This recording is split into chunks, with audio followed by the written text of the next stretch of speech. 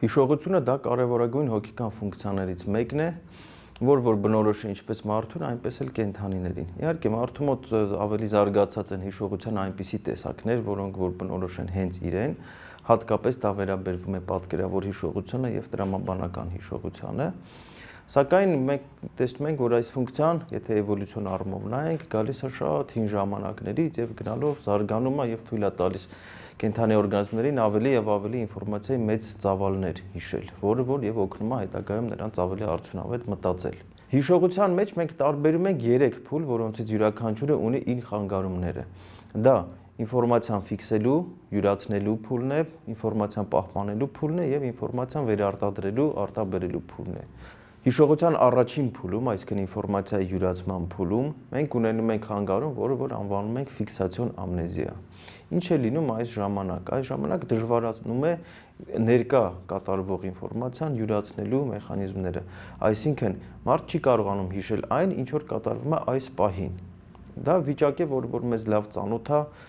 տարեց մարդկանց նայելով։ Մենք տեսնում ենք, որ շատ հաճախ նրանք կորցնում են ինչ-որ իրեր, մոռանում են, թե 5 րոպե առաջ որտեղ են դրել, ինչ-որ մի բան են անում, որը քիչ անց չեն կարողանում հիշել, վստահ լինել, որ արել են, թե չեն արել։ Երբեմն մոռանում են հանդիպումները, որոնք որ քիչ առաջ ունեցել են, շատ հաճախ չեն կարողանում իրենց օրվա ռեժիմը պահպանել, որովհետև չեն կողմնորոշվում, ինչն են արդեն արել, ինչի ժամանակը արդեն եկել է, ինչի ժամանակը անցել է։ Սա ֆիքսացիոն ամնեզիան է։ Պետք չէ խառնել սա սովորական ցրվածության վիճակից, որ բնորոշ է բոլոր մարդկանց հոգնածության ֆոնի վրա կամ հուզական փոփոխված ֆոնի վրա, որովհետև սովորական հոգնածության ժամանակ էլ կարող է կոնցենտրացիան ընկնել եւ նման երևույթներ դիտվեն, սակայն դրանք հանդիսանում են ցրվածության հետևանք, ոչ թե ֆիքսացիոն ամնեզիայի հետևանք։ Այս փուլում շատ մեծ դեր է խաղում կարճատև հիշողությունը, այսինքն այն ինֆորմացիայի պաշարը, որը որ մենք հիշում ենք անմիջապես իրադարձություններից հետո, քանի որ կարճատև հիշողությունն է, որ մեզ թույլ է տալիս իրականության մեջ արագ կողմնորոշվել։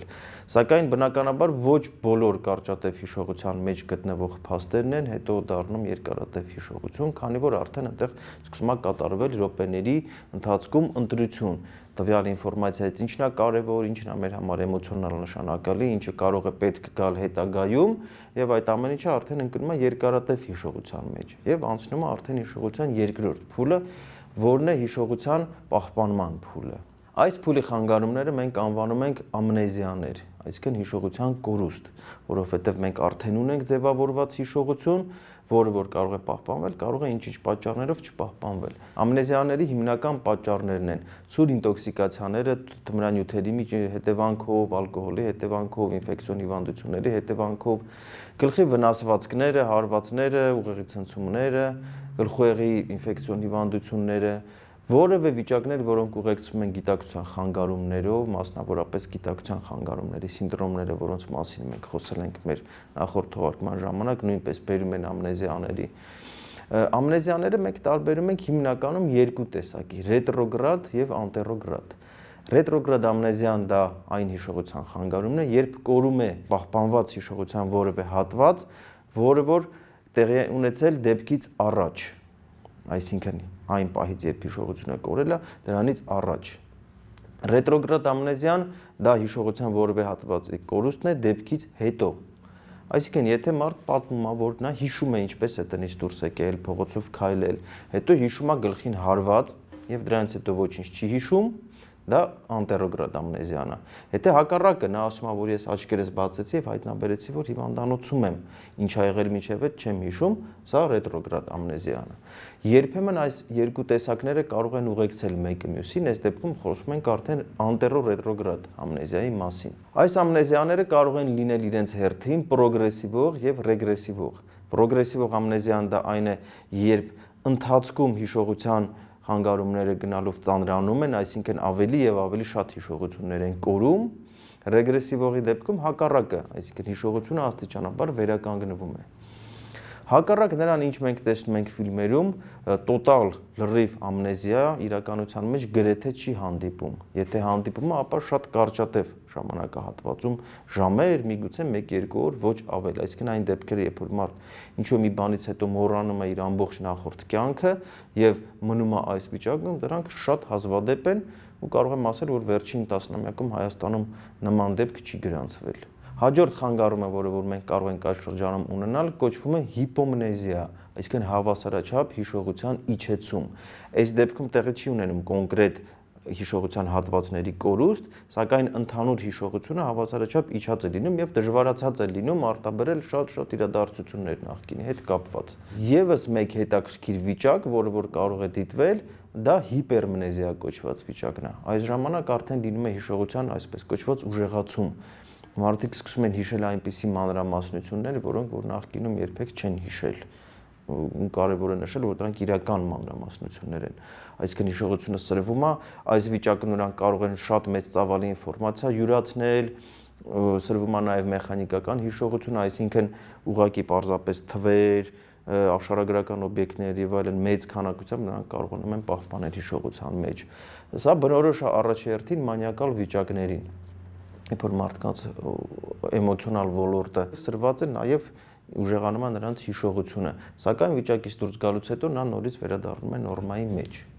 Առհասարակ ցանկացած տեսակի ամնեզիայի ժամանակ մենք կարող ենք դիտել մի կանոն, որը որ կոչվում է Ռիբոյի կանոն։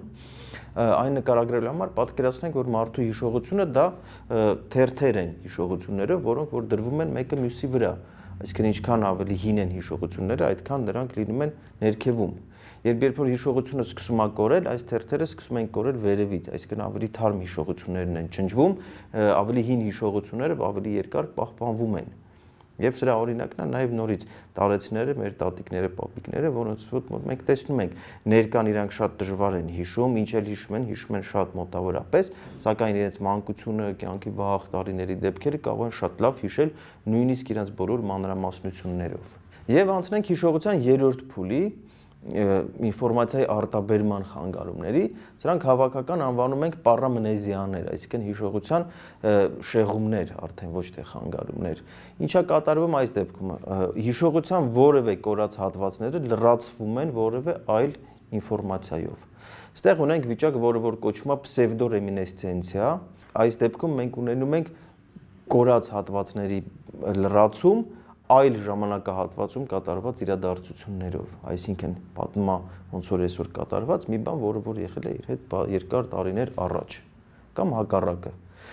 Սա պսևդորեմինեսցենցիան է։ Հաջորդ խանգարումը, որ ունենում ենք, կոչվում է կրիպտոմնեզիա, այս դեպքում հիշողության բացերը լրացվում են արդեն ոչ իր հետ կատարված, ոչ իր կյանքի իրադարձությունները, սրանք կարող են լինել կինոյում տեսած, գրքերում կարդացած, մեկ ուրիշի հետ կատարված, մեկից լսած պատմություններ, որոնք որ գտնում են իրենց տեղը այդ բաց հատվածներում հիշողության։ Եվ վերջապես կոնֆաբուլյացիաներ, որոնք որ արդեն բացարձակ իրականությանը չհամապատասխանող եւ որևէ տեղ չասված, չգրված դեպքերով է լրացվում։ Այս վիճակը մենք պետք է տարբերենք այսպես կոչված ֆանտազմներից եւ պաթոլոգիկ ստախոսությունից, որովհետեւ կոնֆաբուլյացիայի դեպքում հիշողության խանգարում է սա եւ հիվանդները երբեք չեն գիտակցում, որ դա սուտ է, իրականությանը չի համապատասխանում։ Հաջորդ երևույթը ֆանտազմը, դա ավելի յուրահատուկ վիճակ է, այս դեպքում հիվանդները սկսում են ստել, սակայն որոշ ժամանակ անց իրենք անկեղծ հավատում են այդ սուտին եւ այդ սուտը զբաղեցնում է իրականության տեղը, բայց այլի, քանի որ սա հիշողության խանգարում է, այս դեպքում նույնպես պետք է լինեն բացեր հիշողության մեջ, որոնք որ հիվանդները փորձում են հնարովի որևէ բանով լրացնել եւ ժամանակ անց արդեն իրանք են դրան հավատում։ Եվ ունենք վիճակ, որը որ պաթոլոգիկ ստախոսություն է կոչվում եւ որը հիշողության հետ կապ չունի, դա պարզապես այն մարդիկ են, որ շատ են սիրում ստել եւ պատմում են տարբեր տեսակի ֆանտաստիկ պատմություններ։ Հաջորդ խանգարումը հիշողության դա անեկֆորիա կոչված վիճակն է, որը որ թեթև ձևով նորմայի սահմաններում շատերի մոտ է հանդիպում, երբ որ որևէ վայրկյանին մենք չենք կարողանում հիշել ինչ որ մի անվանում, ինչ որ անուն, ինչ որ երևույթ նկարագրենք, սակայն քիչ անց դա հիշում ենք։ Եթե դա կատարվում է նորմայի շրջաններում, դա կոչվում է պախսկվյու, եթե դա կատարվում է հիվանդագին որևէ process-ի շրջանակներում, այսինքն արդեն իր հետ բերում է որևէ փոփոխություններ պաթոլոգիկ եւ դրանց հետևանքով առաջանում, անվանում ենք անեկֆորիա։ Եվ եւս երկու երևույթ, որը որ շատ հետաքրքիր են, առաջինը դա պալիմպսեստ կոչված երևույթ է։ Պալիմպսեստը ինքը տերմին է, որը որ օգտագործվում է ոչ միայն հոգեբուժության մեջ, նաեւ լեզվաբանության մեջ, գրականության մեջ այլ իմաստներով։ Այստեղ պալիմպսեստ ասելով մենք նկատի ունենք հիշողության որոշ հատվածների կորուստ որոշակի իրավիճակում երբ որ հետագայում վերադառնալով այդ իրավիճակին հնարավոր է լինում այդ հիշողությունը վերականգնել։ Ամենատարածվածը ալկոհոլային պալիմպսեստն է, որի ժամանակ որ մարդիկ հարբած վիճակում ունենում են տարբեր տեսակի ֆանտազիաներ, մտածմունքներ, որոնք իրենց շատ խելացի են թվում, սակայն այդ վիճակից դուրս գալով բացարձակ դրանք մոռանում են։ Կարող են ինչ-որ անորոշ հիշողություններ, տպավորություններ պահպանվել, որ այ սենց ինչ-որ բան էի մտածում, շատ խելացի, շատ հետաքրքիր, շատ վառ, սակայն հաջորդ անգամ ալկոհոլային հարբածության վիճակում այդ հիշողությունները նորից կարող են վերականգնվել նույն ծավալով, էլի տենց վառ, ծավալուն եւ նորից անհայտանալ այդ հարբածության վիճակը անցնելուց հետո։ Եվ եւս մի վիճակ, որը շատերին հետաքրքրում է, դա դեժավյուի վիճակն է, որը որ ուղղակիորեն այդքան էլ ճիշտ չի անվանել հիշողության խանգարում, քանի որ դա գլխուղեղի աշխատանքի որոշակի խախտումներ են, որոնք որ ուղղակիորեն հիշողության հետ կապ չունեն, սակայն նույնպես նրանք մեր մոտ առաջացնում են հիշողություններ։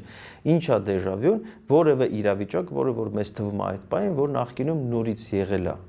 եղել է իրականում կամ եղել է երազում։ Հստակ բացատրություն, թե ինչի է կատարվում դեժավյուն, մենք չունենք։ Հիմնական դժվարությունը դեժավյուի հետազոտման այն է, որ նա միշտ առաջանում է բացարձակ անսպասելի եւ արհեստականորեն որևէ կերպ այն հնարավոր չէ առաջացնել։ Այսինքն գտնել մարդ դեժավյուով եւ սկսել նրան ուսումնասիրել գործնականում հնարավոր չէ։ Դրա համար մենք ունենք մի շարք տեսություններ, հիպոթեզներ, որոնցից որ ոչ մեկն էլ ապացուցված չի, բայց համաձայն ամենատարածվածի, եթե փորձենք պարզեւով բացատրել, կատարվում է հետեւյալը. մեր գլխուղեղը ընդունում է ներկա կատարվող ինֆորմացիան որպես հիշողություն եւ այդ բանին առաջանում է դիսոնանս, որովհետեւ մի կողմից մենք զգում ենք մեր կարճատև հիշողությամբ ներկա կողմնորոշմամբ զգում ենք, որ այս ամեն ինչը մեր հետ հիմա է կատարվում, մյուս կողմից նույն ինֆորմացիան հիմա կատարվող արդեն մեր գլխում կա նաեւ որպես հիշողություն եւ այդ դիսոնանսի պատճառով մեզ թվում է, որ դա նախկինում մեզ հետ արդեն կատարվել է եւ առաջանում է դեժավյու կոչված վիճակը։ Իհարկե դա միակ տեսությունը չի, բայց այսօրվա օրով դա ամենաընդունվածն է եւ կարծում եմ, որ ամենալավն է բացատրում այս երևույթը։ Եվ վերջինը մի վիճակ, որ անվանում ենք ժամեվյու, այսինքն դեժավյուի հակառակ վիճակն է։ Եթե դեժավյուն նշանակում է արդեն տեսված, ապա սա նշանակում է երբեք չտեսված, այսինքն վիճակ, երբ որ մարդիկ հայտնվելով իրենց սովորական իրավիճակում, տեսնելով իրենց ծանոթ մարդկանց, լինելով իրենց ծանոթ տեղերում, հանկարծ զգում են, որ երբեք այստեղ չեն եղել, այս մարդկանց երբեք չեն տեսել։ Եթե դեժավյուն հանդիպում է գրեթե բոլոր առողջ մարդկանց մոտ որոշակի հաճախականությամբ, ապա ժամեվյուն ավելի անհանգստացնող ախտանիշ է, քանի որ նա կարող է վկայել արդեն գլխուղեղում կատարվող որոշակի պաթոլոգիկ պրոցեսների մասին եւ նախանշան լինել հետագա հիշողության ավելի ծանր խանգարումների։